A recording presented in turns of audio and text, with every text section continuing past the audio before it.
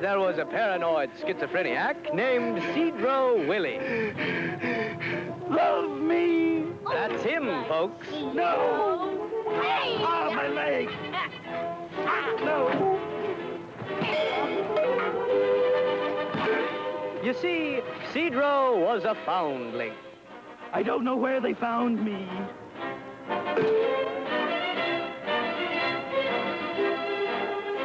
He was kept by a guilty society in St. Euthanasia's Home for the Unwanted, where he was forced to work 18 hours a day in the orphanage laundromat, cleaning lint from the great swirling blades with a toothbrush. Soon, all the little foundlings began to grow, all except for Cedro, who remained stunted. This was useful for a time, and they changed him from his old job of cleaning lint from great whirling blades to a new job where he would crawl down small, highly inaccessible tubes and clean scum from small whirling blades, which revolved faster and were in the dark. Cedro was a moody lad, and this was noticed by the head of the orphanage, Father Image. He's been abusing himself, I'll be bound. I must take him to task for it.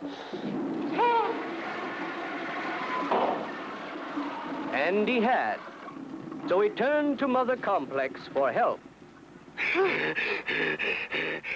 Love me! Too little boy, run away, run away! God forbid that he should ever learn where we found him. No, no, no. They were all thoroughly disgusted with Cedro.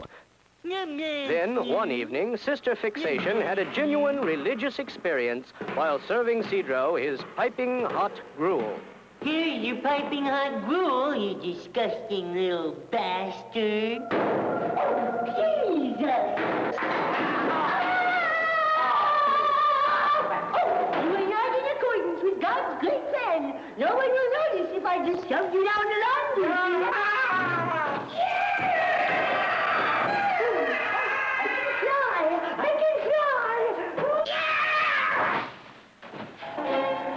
Thus it was that Cedro found himself in the back of a laundry truck speeding towards Akron, Ohio at 65 miles an hour.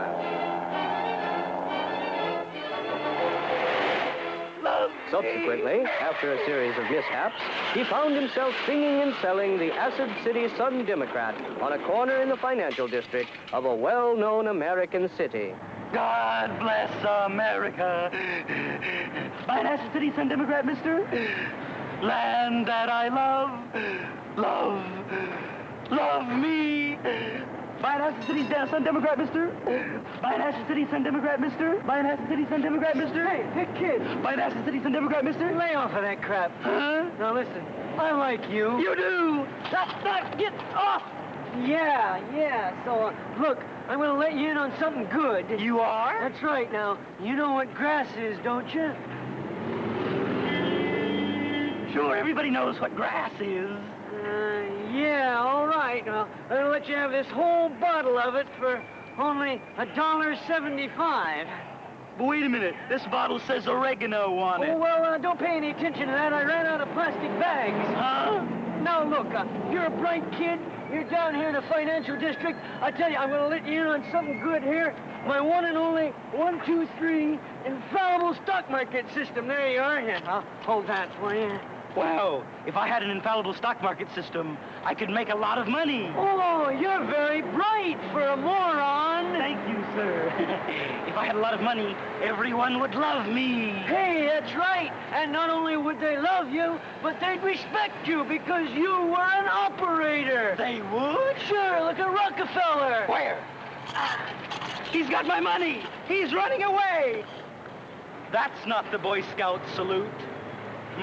So it was that, starting out with an initial capital of 2 Acid City Sun-Democrat newspapers, and by employing his now famous infallible stock market system, Cedro Willy was able to run up a paper profit of $28 million in 17 months.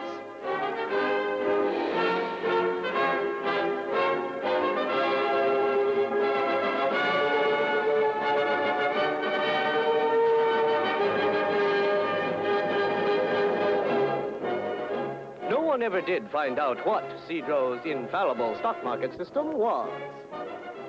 WBZ 5. But he did make an awful lot of money, and consequently, he fell prey to certain unscrupulous individuals whose motives were less than pure. Good God, if we don't get some money soon, we'll lose the factory. We'll be laughed out of Handlelocker County. We'll lose control of the state, Maureen. Melanie. Oh, why did I invest all that money in Major Grease's edible pork surrogate? It's made from chicken fat, Dad. I know that, Maureen. Melanie. Oh, and the electrospastic generator. What went wrong? It seemed like the finest invention since the donut engraver. Well, you've got to admit that there wasn't much of a market for engraved donuts, Dad. Shut up about that. Oh, Daddy, don't worry. Look, I'll sell all the Major Grease stock to Cedro Willy, just like I promised you I would. And you'll never touch me, either. And so it came to pass that Cedro Willy met the most important woman in his life. Golda Meir? No, Cedro. Indira Gandhi? Now, keep out of it, Cedro. Eleanor Roosevelt? All right, you asked for it. See the hunchback in the mirror?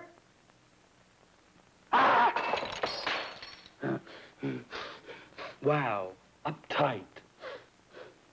Cedro met the woman of his dreams, Melanie Handlelocker, Melanie! heiress to the Southern pork millions. Love me, Melanie, Melanie, love me. A poem, it rhymes. Melanie, Melanie, love me, love me, Melanie.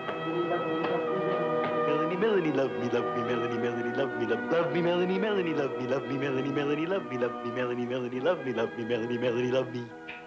Oh, God. Is that you, Cedro? Melanie!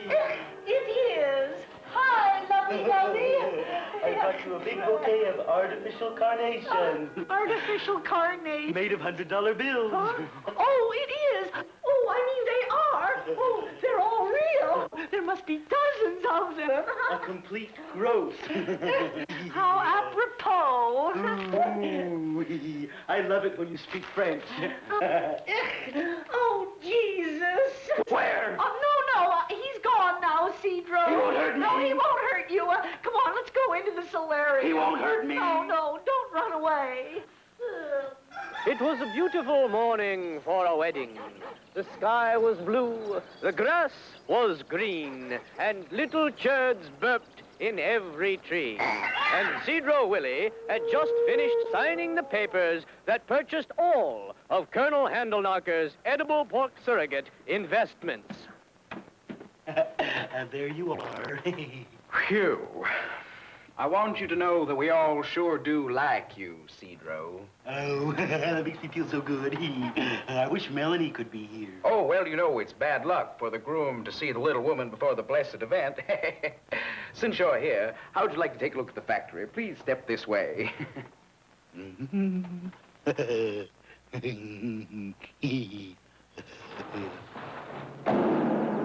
This is a typical factory. Here is the left side, and this is the right side. And there is the electrospastic generator. Well, we've been having a little trouble with that one. We should have it fixed up in no time. Oh, I know what's wrong. You've got lint on your great whirling blades. You know, I bet you've got scum on your small whirling blades. But you don't know it because they're hidden away in those inaccessible tubes. You're just lucky that I'm stunted and can help. Just happen to bring a toothbrush with me. Oh, smarts. Just like old times. Within 4 minutes, the entire world was trying to purchase stock in Major Grease's edible pork surrogate. And when the word was released that Colonel Willy's edible pork surrogate and engraved donut stand franchises were to be available the world over, 4 brokers were crushed in phone booths. Melanie, you're here. What is it, Dad? I was just leaving for the airport. In the last 12 seconds, Major Grease's has tripled and split. What? In the last 15 minutes, the entire stock has gone up 5,000%. Oh, no! Melanie, you've got to marry Cedro Willy. But, Dad, I can't marry Cedro Willy. I'm only 29. I'm young, I tell you. Young. Child, I don't know how to tell you this, But you know, all that money I made on the major grease stock, Yes? I lost it at the racetrack. Oh, Daddy, how could you? Easy, I went. Oh, this isn't really happening. Now, Melanie, you've got to marry Cedro Willy or you're broke. You understand? Broke. Dad, I can't marry Cedro Willy. He has hair on his palms. You know what that means. But you're just a young girl. You don't know anything about that sort of thing. I'm 29, Dad. So, Cedro married the girl of his dreams. And they lived in wealth and great estate. And there he kept her very well. In fact, I shut her in the basement and never let her out. That's because I love her. Nobody knows exactly how Cedro Willy became President of the United States. True, at one point, he did drop $10 bills from airplanes high above major copulation centers. Oh, money. It's also true that when he acquired controlling interest of the National Everything Corporation, its assets included 43 congressmen, 12 senators, and a beauty queen from Loudermilk, Wisconsin. But there he was, President of the United States. That's me. I'm the President of the United States. Make no mistake about that. Love me.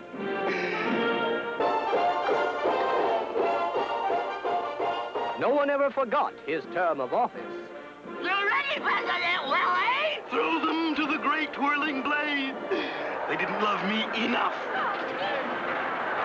But it was toward the end of his term, when, just after having committed the United States to a permanent land war in Southeast Asia for the good of the economy, that Cedro Willy achieved the apogee of his political career with the formulation of the mutant theory of politics. One country, one leader. Love your country, love your leader. Love me.